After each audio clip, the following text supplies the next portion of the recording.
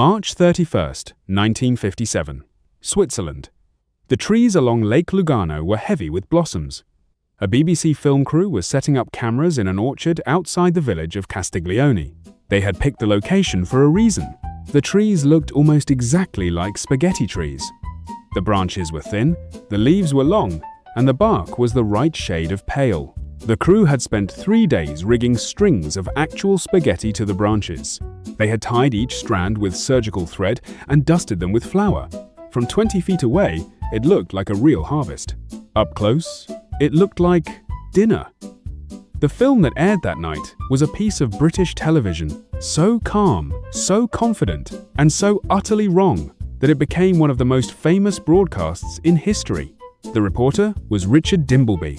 He was wearing a grey suit.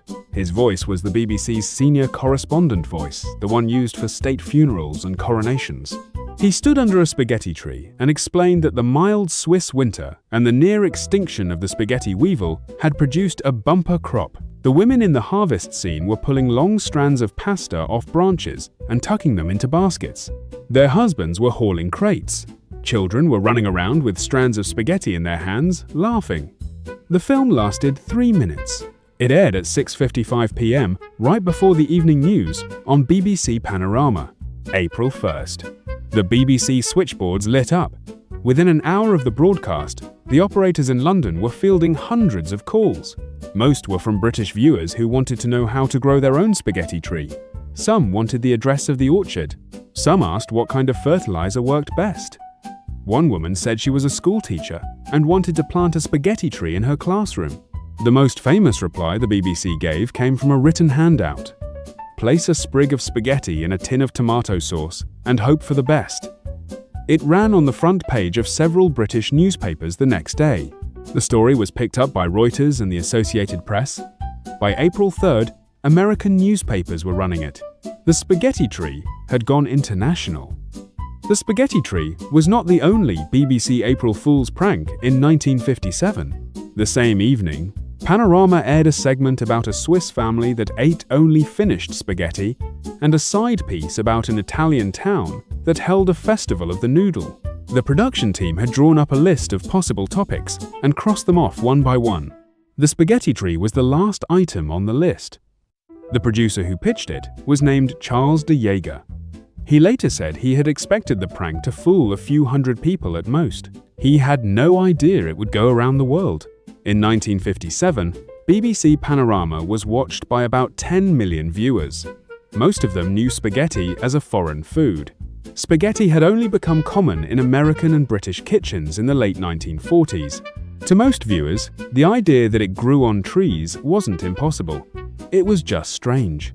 The spaghetti tree prank was a turning point for April Fool's Day broadcasting. Before 1957, the holiday was mostly a newspaper tradition. Fake advertisements, fake news stories. After 1957, television newsrooms around the world realized they could pull the same trick with much bigger audiences. The BBC itself ran similar pieces every year through the 1960s and 1970s. A 1957 follow-up on Big Ben switching to digital, a 1965 piece on a Swiss mountain that had been moved to Sweden, a 1977 segment on a UFO landing in Berkshire. Many other broadcasters copied the formula. Report confidently, never wink, leave the audience to figure it out. The golden age of televised April Fool's hoaxes ran from 1957 to about 1990, when the internet began to make the format harder to control. The 1957 spaghetti tree film is still studied in journalism schools. It works because it respects the audience. It never says, "Gotcha." It never winks. It just reports, in the calm tone of the BBC's most trusted voice, on something that turns out to be untrue. The prank is funny because the people who believed it weren't stupid. They were simply working with the information they had. Spaghetti came from somewhere. Why not from a tree? Today, you can watch the original 3-minute segment on the BBC website. The spaghetti is still hanging from the branches. The narrator's voice is still utterly straight. The Swiss family is still harvesting.